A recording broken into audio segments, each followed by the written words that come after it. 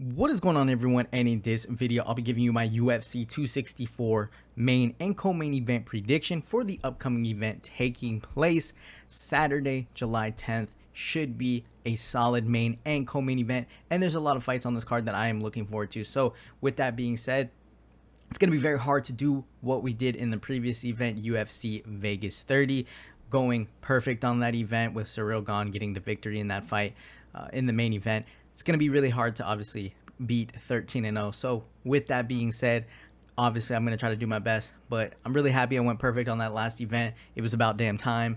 And yeah, I mean, a lot of stuff has to go right for that.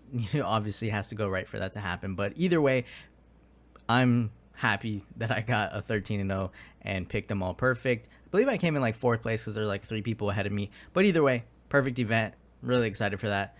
And for this event, I think it's going to be good too. So I'll go ahead, show you my picks like I always do, and then we'll go ahead and talk about the co-main and main event of the evening.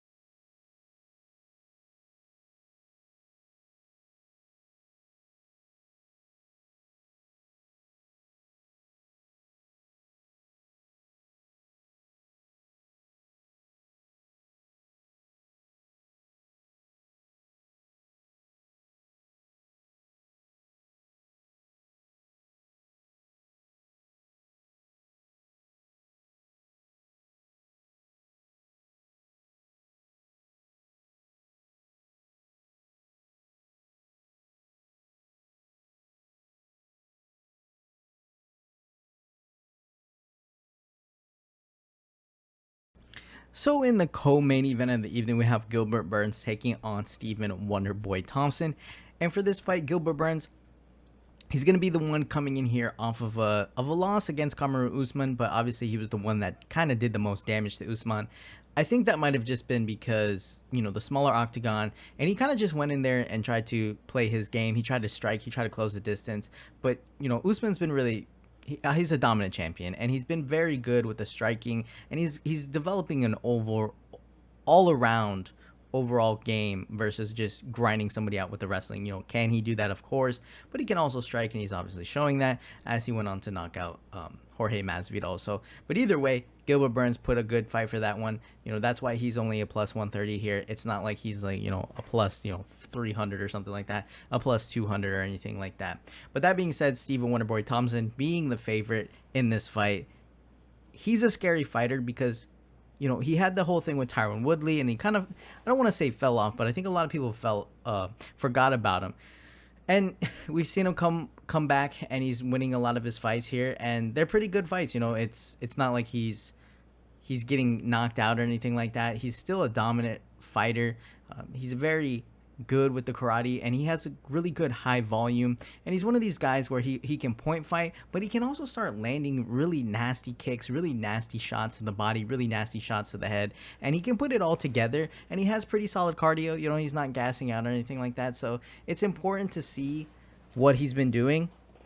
And with that being said, I think obviously for Wonderboy Thompson, he's not going to go in there, he's not going to want to be close in tight with Gilbert Burns in this fight. He's definitely going to want to be the one who's, trying to land those side kicks to the body, keeping that distance, because I think obviously Gilbert Burns, he's a fast starter. He'll be early on trying to close that distance and try to land big knockout shots, and maybe he's able to land some pretty good shots on Thompson and put him away early on.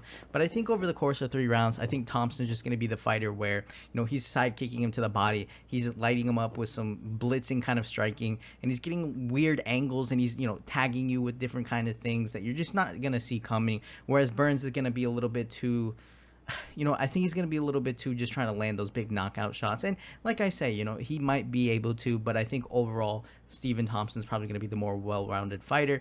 And I'm not really worried with Burns getting a submission here. Maybe he is able to go for the clinch. Maybe he goes for some wrestling, but I hardly doubt that. I think he's probably going to try to close that distance and really try to turn this one into a close distance fight. to where he's not getting kicked. And Gilbert Burns also has some pretty great striking, obviously some pretty good leg kicks as well. So never count Gilbert Burns out. But man, I think Thompson, he's just going to be able to go in here. I think he's going to land the better striking. I think he maybe even defends takedowns. Maybe he does try to get, maybe Burns does try to take him down, but I think Thompson will be able to defend it, and I think he keeps the fight standing, and I think he does enough on the feet. Whether or not he can finish Burns, he might be able to, but Burns is very tough, so I think it's a decision more likely. And Thompson, like I keep saying, he's going to be able to point fight. He's going to land these unorthodox kind of strikes. He's going to be able to, get some flurries in there too. He might be able to hurt Burns here and there, but like I said, both guys pretty tough, and with Stephen Thompson, I think he can get this one done. So I'll take Stephen Thompson to defeat Gilbert Burns. Over the course of 3 rounds, I'll take him to win via a decision. And so we move on into the main event of the evening. And, this is the main event that everyone's looking forward to. This is the one where the casual fans come out of the forest, and they're going to be able to get involved in this one. And everyone's, excited because McGregor's fighting. And who knows, if Poirier beats him twice, maybe Poirier will be known for the fighter who was able to defeat Conor McGregor twice and kind of make him look a little bit silly here and there.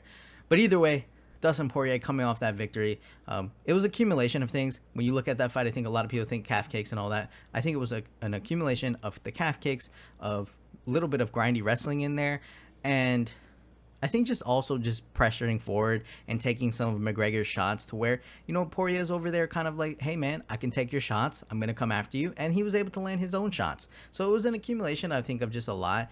And when you look at Conor McGregor, he doesn't have that bouncy stance, at least not in that fight. And that's a little concerning because he was kind of flat-footed. He was kind of just plodding forward, trying to land that left hand. And, that's cool and all if you land it, but it's just really questionable where McGregor's going to be at, and who knows what it could be. I'm not inside his fight camp. I'm not inside his life, so I can't really tell you what it may be. It could just be, he thinks he can just keep knocking people out with that left hand, and he hasn't really been able to evolve his game.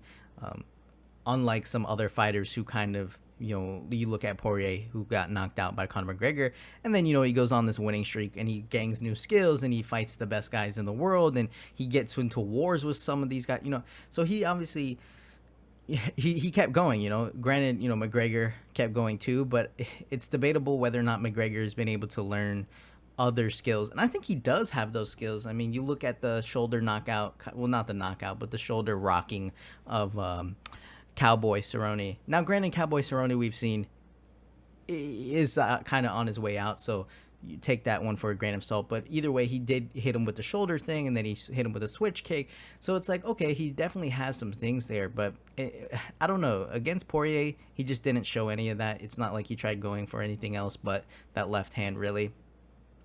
And there's times where, Poirier, he's been able to get into the grappling. He's very tough, man. He can go the 5 rounds. He can get into these wars with you. He can definitely, we all wanted to see that fight with him versus Nate Diaz. I think that would have been a great fight to see. But yeah, with Dustin Poirier, man, like, he can definitely go in there, take some shots from Conor McGregor. And it could be also the weight division. It could be maybe 155 just isn't the right weight division for McGregor.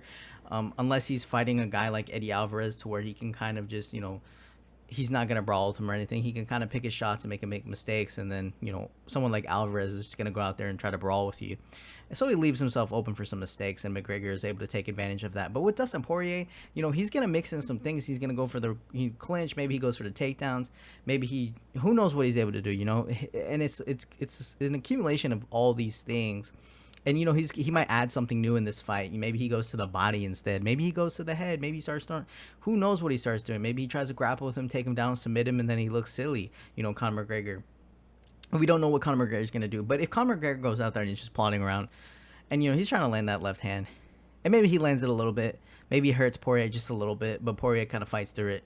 McGregor's kind of like, oh no, what do I do now? What am I supposed to do? It's just concerning. I would like to see McGregor come out here like how he did against Alvarez, patient, nothing crazy, not like I'm gonna just hit you over and over with this left hand. Come out there patient, take your time with it. Don't just try to land that left hand. Feel it out for a bit, see, what are we gonna get? Go to the body with some kicks, go to the head for some head kicks. Do something more, try to counter him or something, and make the fight last a little longer, because I think if McGregor goes in there and he's like, hey, I'm going to knock this guy out, last time was a fluke or something like that, he might. I mean, he could always land something big on Poirier. But, man, Poirier's fought the best guys in the world. You know, he's fought Max Holloway. I mean, he's fought everyone. You know, all these crazy guys. And he's gone to wars before. So it's like, if this fight goes over, like, 3 rounds, I just can't see Conor McGregor being the one that's, you know, kind of pulling away or anything like that. I think, if anything, the longer the fight goes, the more it's obviously going to appeal to Poirier. And even early on, if Poirier is able to get into a grappling situation, he can get McGregor maybe tired by the time we get out of the first round or towards the end of the first round and really put him in some big trouble. So I like Dustin Poirier on this one. I think, you know, if it was at 145, I think I would obviously try to lean more towards McGregor. But I don't, you know, we're not going to see that happen anytime soon. I think McGregor's power carried over a lot better, you know, when he was a featherweight, because, you know, he had that, he could even utilize his speed and timing even more. And I think a lot of guys at that weight class just couldn't crack like how he cracked. But, you know, the bigger weight class, and I know it's only, you know, 10 pounds or whatever, but these guys don't weigh 155 on the day of the fight. You know, they weigh a little bit more. And like I said, I think it could be also just, you know, who Conor McGregor is fighting right now. A lot of the guys have had time to kind of evolve and learn new tricks, and, you know, they're not just going out there to strike with Conor McGregor. We've seen they kind of know what we're getting from Conor McGregor. It's not like Conor McGregor has done really anything to kind of give anyone another reason of what he's going to end up doing as far as his game plan is concerned. We know he loves boxing, you know, so it's all stand-up. It's very stand-ups kind of thing. If you want to beat Conor McGregor, you know, like Dustin Poirier, he did a little bit of this, a little bit of that, and then he finished them on the feet. But you know, I think like Khabib, you know, he got Conor McGregor so, you know, worried about getting taken down that he was able to even implement some of his striking on the feet, which no one thought he was going to be able to do. And then he took him down and destroyed him. So it's like, I could see a Poirier definitely getting a submission here, and I think I'm going to lean towards a submission here just because, you know, I just don't think, you know, if Poirier goes out there, I mean, I could see him knocking him out, I guess you could say. But I think maybe if he goes out there and tries to grapple more with Conor McGregor in this fight, and he tries to land some good strikes, takes him down, again, I guess you could say, because he definitely did take him down in the last fight, well, then, you know, McGregor's going to definitely be in trouble, and, you know, he could definitely get the submission here. So I think I'm going to go Dustin Poirier on this one. I think that first round, I think it might be a little bit more slow starting than it was in the last one. I would obviously look for Conor McGregor not to go out there and kind of do exactly what he did last time. But I do think Poirier, maybe the first round he gets into a grappling situation, something like that. Or maybe they just fill each other out. You know, it is what it is. Somebody lands some good kicks here, whatever. But I do think that second round, I would look for Dustin Poirier to kind of take him down. I think he tries to close that distance and grind him out, because could he do this again and just strike with him? Yeah, but why not take it to somewhere else where he can, you know, he knows he can strike with McGregor now. He knows he can take some of his shots, but why risk it? Why not just go into that second round when we know McGregor's probably going to be a little bit, you know, kind of losing out on his gas, and then take him down, work him on the floor, and try to go for a submission? Because if Poirier's able to submit Conor McGregor, I think that's pretty impressive. I think if McGregor doesn't have any answers for him, man, I don't know what McGregor's going to do after this one, but maybe we run back with a Nate Diaz versus Conor McGregor.